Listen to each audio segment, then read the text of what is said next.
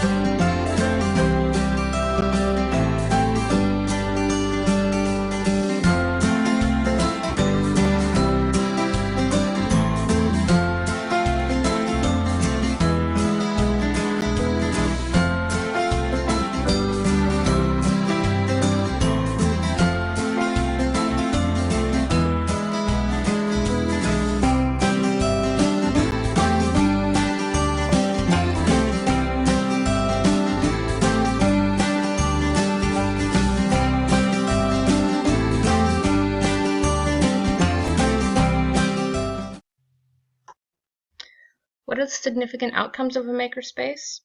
Well, 4 of them are 4 of the key 21st century skills: communication, collaboration, critical thinking, and creativity.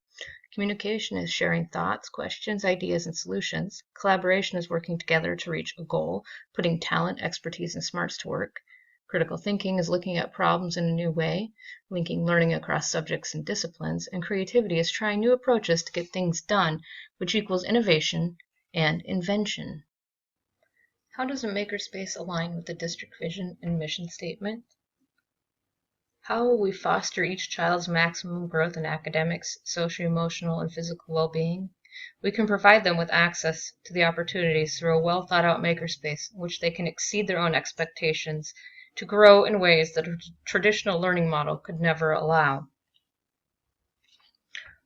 A makerspace in Sitka schools would provide opportunities for collaboration among students, parents, staff, and community through Maker Days, sharing of information within and across grade levels, and through students working together to find solutions to problems. Elite companies aren't just looking for brilliance in the form of top grades, but rather a fuller complement of skills which come from hands-on experience. We need to help the workforce of tomorrow acquire these skills. A makerspace can provide them with relevant, innovative, and engaging learning opportunities. In a makerspace, students can also learn a culture of respect for themselves, their workspace, and for others. Why will Keet-Gushaheen's makerspace offer additional value? A makerspace can provide hands-on learning experiences for kinesthetic learners. A makerspace will help students learn 21st century skills such as critical thinking, problem solving, collaboration, leadership, agility and adaptability, innovation and entrepreneurialism, effective oral and written communication, accessing and analyzing information, and curiosity and imagination. And students who are engaged in the learning process will be less likely to miss school. Students who are in school will be able to learn.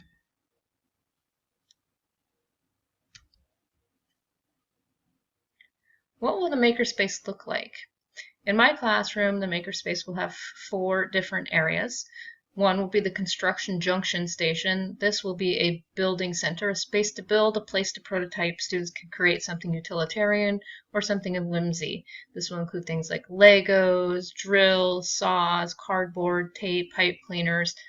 Next, we'll have a staying current station, and this one has to deal with a place to explore electricity. It's a safe space to make mistakes and learn from them. This will include Arduino kits, snap circuit kits, squishy circuit dough, LEDs, resistors, all types of other types of components, soldering iron and solder, different types of batteries. There will be the fabrication station, which will include a sewing machine, fabric, thread, all sorts of other things such as buttons, snaps, yarn, needles, donated stuffed animals that students can take apart and reconfigure. It's a comfortable place for students to create using textiles, and students can create something new or something new from something old. And the final station will be computers, where students will be able to work on coding, and more coding.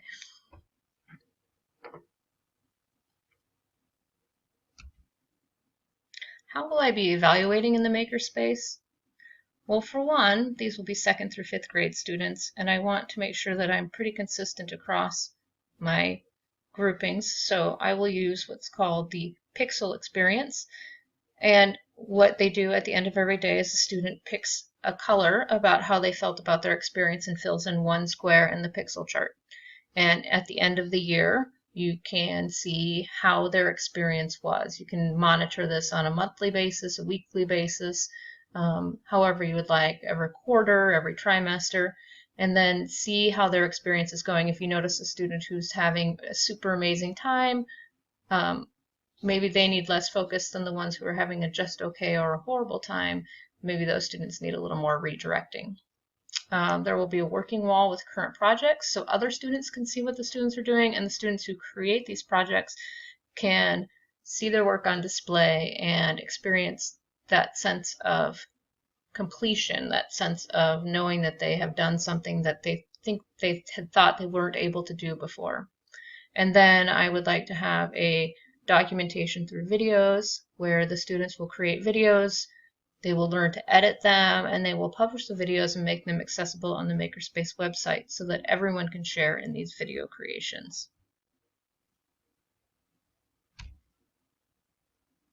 How will the Makerspace reach as many students as possible? I would like to have flexible times to allow any Kikushihine students access the Makerspace in room 23.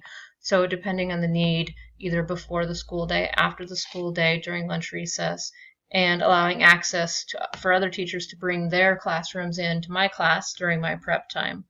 In addition, I'd like to schedule several maker days during the school year to introduce students and parents to the ideas behind making, including the students down at Baranoff, which is the kindergarten through 1st grade school, so that those students can see what is coming up for them.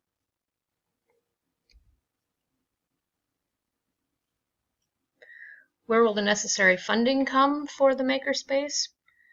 During the current upcoming year, I actually have many of the items that will be needed for these different stations, but as the year progresses, we'll need to replenish some of the items. So I would like to set up a Donors Choose site. I would like to do a book and garage sale fundraiser with my students. I would like them to be part of the whole process. I am also interested in trying to have the students sell some of the items that are created in the Makerspace, such as paper circuit cards or different artwork that they make. And a community business and individual donations are always accepted. And for future funding, also continuing on with the Donors Choose and also applying for a grant from the Sitka Charitable Trust. And what about the Makerspace in the future? In the future, I would like to see more access times for students. I would like to equip the space with interest-based stations, so do a student-based survey, student interest-based survey, and see what the students are really wanting and try to make that happen for them. And I would like to have more computers for coding and to add some iPads for creative play. Thanks for your consideration of a Makerspace for room 23 at Kikushihine Elementary School. I've also created a website to go along with my Makerspace, and it's at room23makerspace.wordpress.com.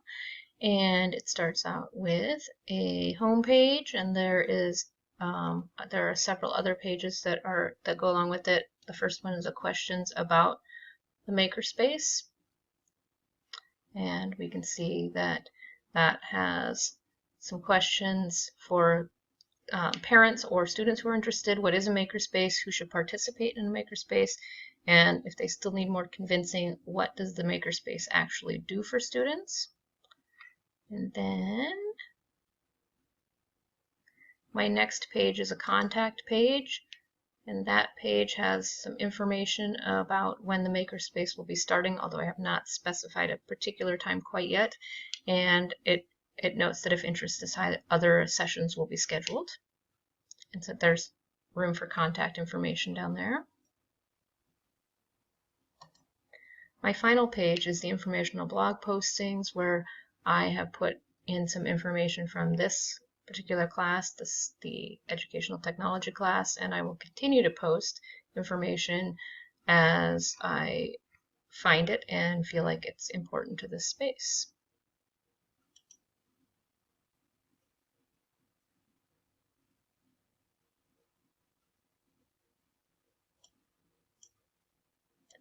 Finally, I have my flyer, and it just has the information about getting geared up. It doesn't have any specific dates yet because I don't know what my schedule looks like quite yet, but it does have the room number and my contact information, and it also has the information for the website. And then down below it has some information about how a makerspace can make Sitka schools even better. And this ties the district vision and mission statements into the makerspace.